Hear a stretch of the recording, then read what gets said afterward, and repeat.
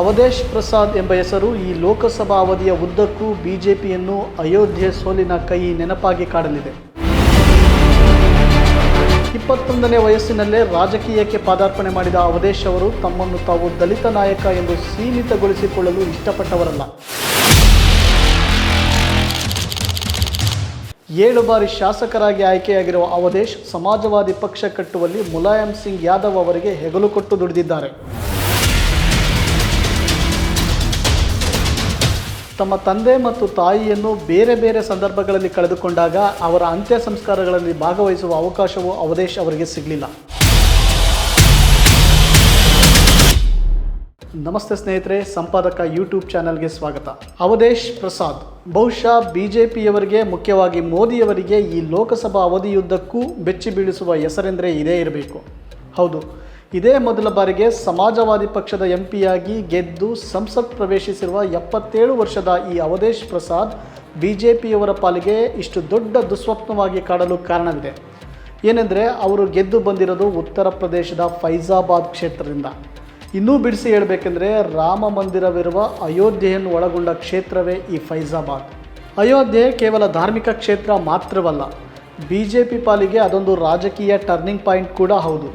1992ರ ಬಾಬ್ರಿ ಮಸೀದಿ ಧ್ವಂಸದಿಂದ ಹಿಡಿದು ರಾಮ ಮಂದಿರ ನಿರ್ಮಾಣದವರೆಗೆ ದೇಶದ ಉದ್ದಗಲಕ್ಕೂ ಬಿಜೆಪಿಗೆ ರಾಜಕೀಯ ವಿಸ್ತಾರವನ್ನು ತಂದುಕೊಟ್ಟಿದ್ದೇ ಈ ಅಯೋಧ್ಯೆ ವಿವಾದ. ಈ ವಿವಾದವನ್ನು ಕೇಂದ್ರವಾಗಿಟ್ಟುಕೊಂಡು ಅಡ್ವಾಣಿಯವರ ನೇತೃತ್ವದಲ್ಲಿ ನಡೆಸಿದ ರಥಯಾತ್ರೆಯ ರಕ್ತಚರಿತ್ರೆ ಇರಬಹುದು, ದೇಶಾದ್ಯಂತ ಬಿಜೆಪಿ ಮತ್ತು ಸಂಘ ಪರಿವಾರಗಳು ನಡೆಸಿದ ಇಟ್ಟಿಗೆ ಅಭಿಯಾನ ಇರಬಹುದು, ಅಯೋಧ್ಯೆ ಕರಸೇವಕರಿದ್ದ ಬೋಗಿಗೆ ಗೋಧ್ರಾದಲ್ಲಿ ಬೆಂಕಿ ಹೆಚ್ಚಿದ ಪ್ರಕರಣದಿಂದಾಗಿ ಭುಗಿಲೆದ್ದ ಗುಜರಾತ್ ಗಲಭೆ ಇರಬಹುದು. ಹೀಗೆ ಬಿಜೆಪಿಯ ಧರ್ಮಾಧಾರಿತ ರಾಜಕಾರಣಕ್ಕೆ ಸೆಕ್ಯುಲರ್ ಬೇಸ್ಡ್ ಇಂಡಿಯಾದಲ್ಲಿ ಒಂದು ಪೊಲಿಟಿಕಲ್ ಅಕ್ಸೆಪ್ಟೆನ್ಸ್ ಅನ್ನು ಈ ಅಯೋಧ್ಯೆ ವಿವಾದ ನೀಡ್ತಾ ಬಂತು. ಬಿಜೆಪಿಯ ಚುನಾವಣಾ ಪ್ರಣಾಳಿಕೆಗಳಲ್ಲಿ ಖಾಯಂ ಸ್ಥಾನ ಪಡಿತಾ ಬಂದ ಅಯೋಧ್ಯ ರಾಮ ಮಂದಿರ ಇಶ್ಯೂಗೆ ಯಾವಾಗ ಸುಪ್ರೀಂ ಕೋರ್ಟ್ ಕಡೆಗೂ ಒಂದು ತೀರ್ಪು ಕೊಟ್ಟು ಮಂಗಳ ಹಾಡ್ತೋ, ಆಗ ತನ್ನ ಮಂದಿರ ನಿರ್ಮಾಣದ ಆಶ್ವಾಸನೆಯನ್ನು ಫುಲ್ಫಿಲ್ ಮಾಡುವ ಹೊಣೆ ಮೋದಿಯವರ ಸರ್ಕಾರದ ಹೆಗಲೇ ಇತ್ತು. ಅದನ್ನೊಂದು ಪ್ರೈಡ್ ಆಗಿಯೇ ಸ್ವೀಕರಿಸಿದ ಮೋದಿ ಸರ್ಕಾರ ರಾಮ ಮಂದಿರವನ್ನು ತರಾತುರಿಯಲ್ಲಿ ನಿರ್ಮಿಸಿದ್ದು ಮಾತ್ರವಲ್ಲ, ಅದನ್ನು ಈ ಲೋಕಸಭಾ ಚುನಾವಣೆಯ ಕೇಂದ್ರ ಬಿಂದುವಾಗಿಸುವ ಎಲ್ಲ ಪ್ರಯತ್ನ ಮಾಡಿತು. ಪರ್ಟಿಕ್ಯುಲರ್ ಆಗಿ ಹೇಳಬೇಕು ಅಂದರೆ ಹಿಂದೂ ರಿಲಿಜಿಯಸ್ ಚಾಂಪಿಯನ್ ಎಂದು ಸೃಷ್ಟಿಸಲಾಗಿರುವ ಮೋದಿಯವರ ಇಮೇಜನ್ನು ಮತ್ತಷ್ಟು ಹಿಗ್ಗಿಸಲು ಈ ರಾಮ ಮಂದಿರದ ಉದ್ಘಾಟನೆಯನ್ನು ಬಿಜೆಪಿ ರಾಜಕೀಯವಾಗಿ ಬಳಸಿಕೊಂಡಿತು ಎಂಬ ವಿರೋಧ ಪಕ್ಷಗಳ ಆರೋಪವನ್ನು ನಾವಿಲ್ಲಿ ತಳ್ಳಿ ಹಾಕಲಿಕ್ಕೆ ಸಾಧ್ಯವಿಲ್ಲ. ಯಾಕಂದರೆ ಮನೆ ಮನೆಗೂ ಮಂತ್ರಾಕ್ಷತೆಯನ್ನು ತಲುಪಿಸುವ ಇರಾದೆಯ ಹಿಂದೆ ಧಾರ್ಮಿಕ ಕಾರ್ಯಕ್ಕಿಂತ ಹೆಚ್ಚಾಗಿ ಪೊಲಿಟಿಕಲ್ ಪ್ರೊಪೋಗ್ಯಾಂಡಾ ಅಡಗಿತ್ತು ಅನ್ನೋದನ್ನು ನಾವು ಸುಲಭವಾಗಿ ಊಹಿಸ್ಬೋದು. ರಾಮ ಮಂದಿರದಿಂದ ತಮಗೆ ಸಿಗಬಹುದಾದ ಪೊಲಿಟಿಕಲ್ ಬೆನಿಫಿಟ್ನ ನಿರೀಕ್ಷೆಯಿಂದಲೇ ಮೋದಿಯವರು ತುಂಬ ಆತ್ಮವಿಶ್ವಾಸದಿಂದ ಅಬ್ ಕಿ ಬಾರ್ 400 ಪಾರ್ ಎಂಬ ಘೋಷಣೆಯನ್ನು ಸಂಸತ್ತಿನಲ್ಲಿ ಮೊಳಗಿಸಿದರು. ಒಟ್ಟಾರೆಯಾಗಿ ಹೇಳಬೇಕು ಅಂದರೆ ಈ ಸಲ ಅಯೋಧ್ಯೆ ಮಂದಿರ ನಿರ್ಮಾಣ ತಮಗೆ ಭರ್ಜರಿ ಫಲಿತಾಂಶ ತಂದುಕೊಡಲಿದೆ ಅನ್ನೋ ನಿರೀಕ್ಷೆ ಬಿಜೆಪಿ ನಾಯಕರಿಗಿತ್ತು.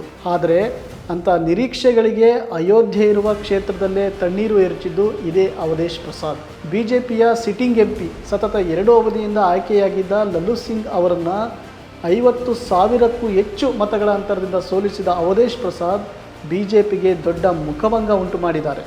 ಯಾವ ರಾಮ ಮಂದಿರ ಇಡೀ ದೇಶದಲ್ಲಿ ತಮಗೆ ಲಾಭ ತಂದುಕೊಡಲಿದೆ ಎಂಬ ಲೆಕ್ಕಾಚಾರ ಹಾಕಲಾಗಿತ್ತೋ, ಅದೇ ಮಂದಿರವಿರುವ ಅಯೋಧ್ಯೆಯಲ್ಲಿ ಸೋತದ್ದು ಬಿಜೆಪಿ ಪಾಲಿಗೆ ದೊಡ್ಡ ಹಿನ್ನಡೆ ಎಂದು ವ್ಯಾಖ್ಯಾನಿಸಲಾಗ್ತಿದೆ.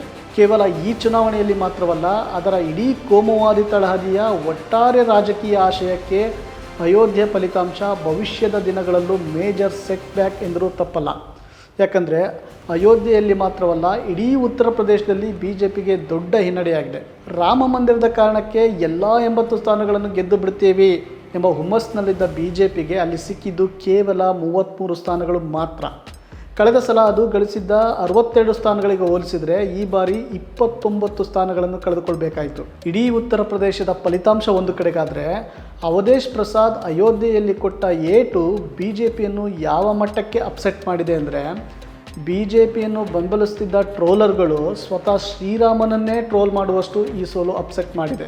ಬಿಜೆಪಿ ರಾಮನನ್ನು ತನ್ನ ರಾಜಕೀಯ ಲಾಭಕ್ಕಾಗಿ ಬಳಸಿಕೊಳ್ತಿದೆ ಎಂಬ ಆರೋಪಗಳನ್ನು ವಿರೋಧ ಪಕ್ಷಗಳು ಮೊದಲಿನಿಂದಲೂ ಮಾಡ್ಕೊಂಡು ಬಂದಿದ್ವು.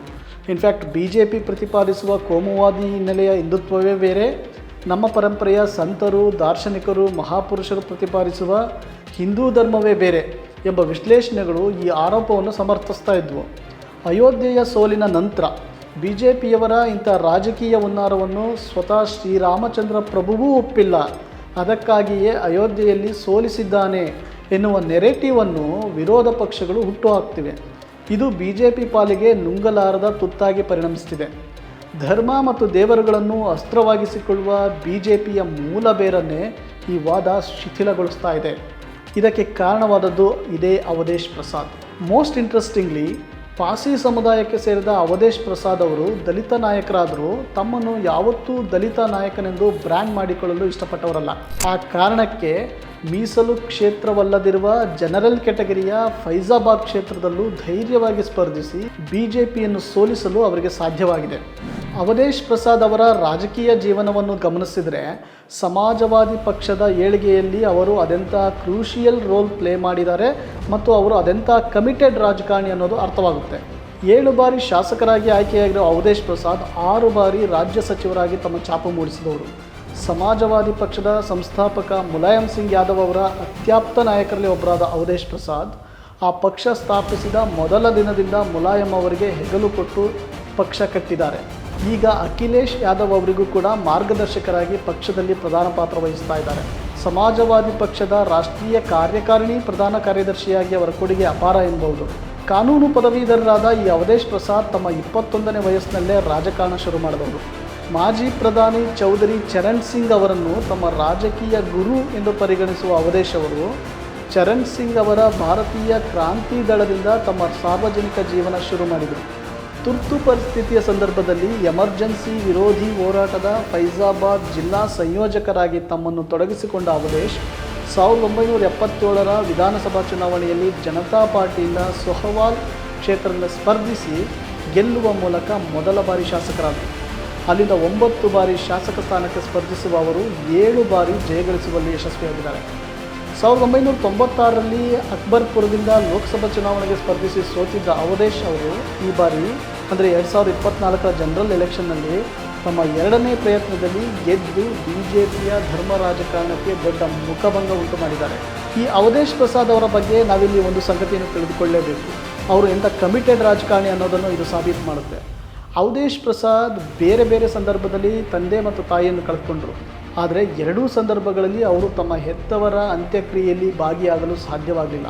1976ರಲ್ಲಿ ತಮ್ಮ ತಾಯಿಯನ್ನು ಕಳೆದುಕೊಂಡಾಗ ಅವರು ಎಮರ್ಜೆನ್ಸಿ ವಿರೋಧಿ ಹೋರಾಟದ ಕಾರಣಕ್ಕೆ ಜೈಲಿನಲ್ಲಿದ್ದರು. ಅವರಿಗೆ ಪೆರೋಲ್ ಕೂಡ ಸಿಗಲಿಲ್ಲ. ಇನ್ನು 1980ರಲ್ಲಿ ಅಮೇಥಿಯಲ್ಲಿ ಲೋಕಸಭಾ ಉಪಚುನಾವಣೆ ನಡೀತಾ ಇತ್ತು. ಆಗ ಅಲ್ಲಿ ಚುನಾವಣಾ ಅಕ್ರಮ ನಡೆಯಬಹುದೆನ್ನುವ ಶಂಕೆಯಲ್ಲಿ ಚರಣ್ ಸಿಂಗ್ ಅವರು ಅವಧೇಶ್ ಪ್ರಸಾದ್ ಅವರ ದಕ್ಷತೆಯ ಮೇಲೆ ನಂಬಿಕೆ ಇಟ್ಟು ಅವರನ್ನು ಪೋಲಿಂಗ್ ಏಜೆಂಟ್ ಆಗಿ ನೇಮಿಸಿದರು. ತುಂಬ ಕಟ್ಟುನಿಟ್ಟಿನ ನಿಗಾ ಇಡುವಂತೆ ನಿರ್ದೇಶನ ಕೂಡ ಕೊಟ್ಟಿದ್ದರು. ಚುನಾವಣೆಯ ಹಿಂದಿನ ರಾತ್ರಿ ಇತ್ತ ಅವಧೇಶ್ ಅವರ ತಂದೆ ತೀರಿಕೊಂಡರು. ಚರಣ್ ಸಿಂಗ್ ಅವರು ತಮ್ಮ ಮೇಲಿಟ್ಟಿದ್ದ ನಂಬಿಕೆಯನ್ನು ಉಳಿಸಿಕೊಳ್ಳುವ ಸಲುವಾಗಿ ತಮ್ಮ ತಂದೆಯ ಅಂತ್ಯಕ್ರಿಯೆಯಲ್ಲಿ ಭಾಗಿಯಾಗದೆ ಚುನಾವಣಾ ಕರ್ತವ್ಯದಲ್ಲಿ ತಮ್ಮನ್ನು ತೊಡಗಿಸಿಕೊಂಡರು. ತನ್ನ ಕರ್ತವ್ಯ ಮತ್ತು ಜನಸೇವೆಯ ವಿಚಾರದಲ್ಲಿ ಅವಧೇಶ್ ಪ್ರಸಾದ್ ಅವರ ಕಮಿಟ್ಮೆಂಟ್ ಇಂಥದ್ದು. ಇನ್ನು ಸಂಸದರಾಗಿ ಅವರು ಸಂಸತ್ತಿನಲ್ಲಿ ಮಾಡಿದ ಮೊದಲ ಭಾಷಣವೇ ಅಯೋಧ್ಯೆಯಲ್ಲಿ BJP ಸೋಲಲು ಏನು ಕಾರಣ ಅನ್ನೋದನ್ನು ಬಿಡಿಸಿ ಹೇಳಿದಂತಿತ್ತು. ರಾಮ ಮಂದಿರಕ್ಕಷ್ಟೇ ಸೀಮಿತಗೊಂಡ BJP ಇಡೀ ಜಿಲ್ಲೆಯ ಅಭಿವೃದ್ಧಿಯನ್ನು ನಿರ್ಲಕ್ಷಿಸಿದ್ದು ಇಲ್ಲಿನ ಸ್ಥಳೀಯ ಜನಸಾಮಾನ್ಯರ ಅಸಮಾಧಾನಕ್ಕೆ ಕಾರಣವಾಯಿತು. ಅಯೋಧ್ಯೆ ಶಹರದಲ್ಲಿ ಮಂದಿರ ನಿರ್ಮಾಣ ಮತ್ತು ರಾಮಪಥ ಅಭಿವೃದ್ಧಿ ಹೆಸರಲ್ಲಿ ಸ್ಥಳೀಯ ಮನೆ ಮಳಿಗೆಗಳನ್ನು BJP ಸರ್ಕಾರ ಅತಿಕ್ರಮಣ ಮಾಡಿ ಅವರನ್ನು ನಿರಾಶ್ರಿತರಾಗುವಂತೆ ಮಾಡಿತು. ಜಮೀನು ಖರೀದಿಯಲ್ಲಿ ಸ್ಥಳೀಯ BJP ನಾಯಕರು ಅಕ್ರಮ ರಿಯಲ್ ಎಸ್ಟೇಟ್ ವ್ಯವಹಾರ ನಡೆಸಿದ್ದು BJPಯ ಈ ಸೋಲಿನಲ್ಲಿ ನಿರ್ಣಾಯಕ ಪಾತ್ರ ವಹಿಸಿವೆ. ಇಷ್ಟಾದರೂ ಅಯೋಧ್ಯೆ ಪಟ್ಟಣ ಮತ್ತು ಫೈಜಾಬಾದ್ ಜಿಲ್ಲೆಯ ಅಭಿವೃದ್ಧಿ, ಸ್ವಚ್ಛತೆ, ನಿರ್ವಹಣೆ ಎಷ್ಟು ಕಳಪೆ ಮಟ್ಟದಿಂದ ಕೂಡಿದೆ ಅನ್ನೋದನ್ನು ಅವಧೇಶ್ ತಮ್ಮ ಮಾತುಗಳಲ್ಲಿ ಸಂಸತ್ತಿನ ಮುಂದಿರಿಸಿದ್ದಾರೆ. ಇಲ್ಲಿ ರಾಹುಲ್ ಗಾಂಧಿಯವರು ಸಂಸತ್ ಭಾಷಣದಲ್ಲಿ ಹೇಳಿದ ಒಂದು ಮಾತನ್ನು ನಾವು ಪರಿಗಣಿಸ್ಬೋದು. ರಾಮ ಮಂದಿರವನ್ನು ಪೊಲಿಟಿಕಲ್ ಮೈಲೇಜ್ ಆಗಿ ಮಾಡಿಕೊಳ್ಳಲು ಸ್ವತಃ ಮೋದಿಯವರು ಈ ಬಾರಿ ಅಯೋಧ್ಯೆಯಿಂದ ಸ್ಪರ್ಧಿಸುವ ಮನಸ್ಸು ಮಾಡಿದರು. ಆದರೆ ಇಂಟರ್ನಲ್ ಸರ್ವೆನಲ್ಲಿ ಸೋಲುವ ಸುಳಿವು ಸಿಕ್ಕಿದ್ರಿಂದ ಅವರು ಇಲ್ಲಿಂದ ಸ್ಪರ್ಧಿಸದೇ ಇರುವ ನಿರ್ಧಾರ ಕೈಗೊಂಡಿದ್ದಾರೆ ಎಂದು ರಾಹುಲ್ ಹೇಳಿದ ಮಾತಿಗೂ ಅಭಿವೃದ್ಧಿ ವಿಚಾರದಲ್ಲಿ BJP ಇಲ್ಲಿನ ಸ್ಥಳೀಯರನ್ನು ನಿರ್ಲಕ್ಷಿಸಿದೆ ಎಂಬ ಅವಧೇಶ್ ಅವರ ಮಾತಿಗೂ ತುಂಬ ನಂಟು ಇರುವಂತೆ ಕಂಡುಬರುತ್ತೆ. ಒಟ್ಟಿನಲ್ಲಿ ಅವಧೇಶ್ ಪ್ರಸಾದ್ ಅವರ ಹೆಸರು BJPಯವರ ಪಾಲಿಗೆ ಅಯೋಧ್ಯೆ ಸೋಲಿನ ಕಹಿ ನೆನಪಾಗಿ ಬಹಳ ದಿನ ಕಾಡಲಿದೆ. ಗಾಯದ ಮೇಲೆ ಉಪ್ಪು ಸುರಿಯುವಂತೆ ಇದೀಗ ಲೋಕಸಭಾ ಉಪ ಸ್ಪೀಕರ್ ಸ್ಥಾನಕ್ಕೆ ನಡೆಯುವ ಚುನಾವಣೆಯಲ್ಲಿ ಇಂಡಿಯಾ ಮೈತ್ರಿಕೂಟ ಅವಧೇಶ್ ಪ್ರಸಾದ್ ಅವರನ್ನೇ ತಮ್ಮ ಅಭ್ಯರ್ಥಿಯಾಗಿ ಕಣಕ್ಕಿಳಿಸುವ ಯೋಚನೆಯಲ್ಲಿರುವ ಸುದ್ದಿಗಳು ಕೇಳಿ ಬರ್ತಾ ಇವೆ. ಸಂಖ್ಯಾಬಲ NDA ಪರವಾಗಿ ಇರೋದ್ರಿಂದ ಫಲಿತಾಂಶ ಅವರ ಪರವೇ ಬರಬಹುದು. ಆದರೆ ಅವಧೇಶ್ ಪ್ರಸಾದ್ ರೂಪದಲ್ಲಿ ಅಯೋಧ್ಯೆ ಸೋಲಿನ ಚಹರೆ BJPಯನ್ನು ಅಷ್ಟು ನೆಮ್ಮದಿಯಾಗಿ ಇರಗೊಡುವುದಿಲ್ಲ ಅನ್ನೋದು ಮಾತ್ರ ಸತ್ಯ.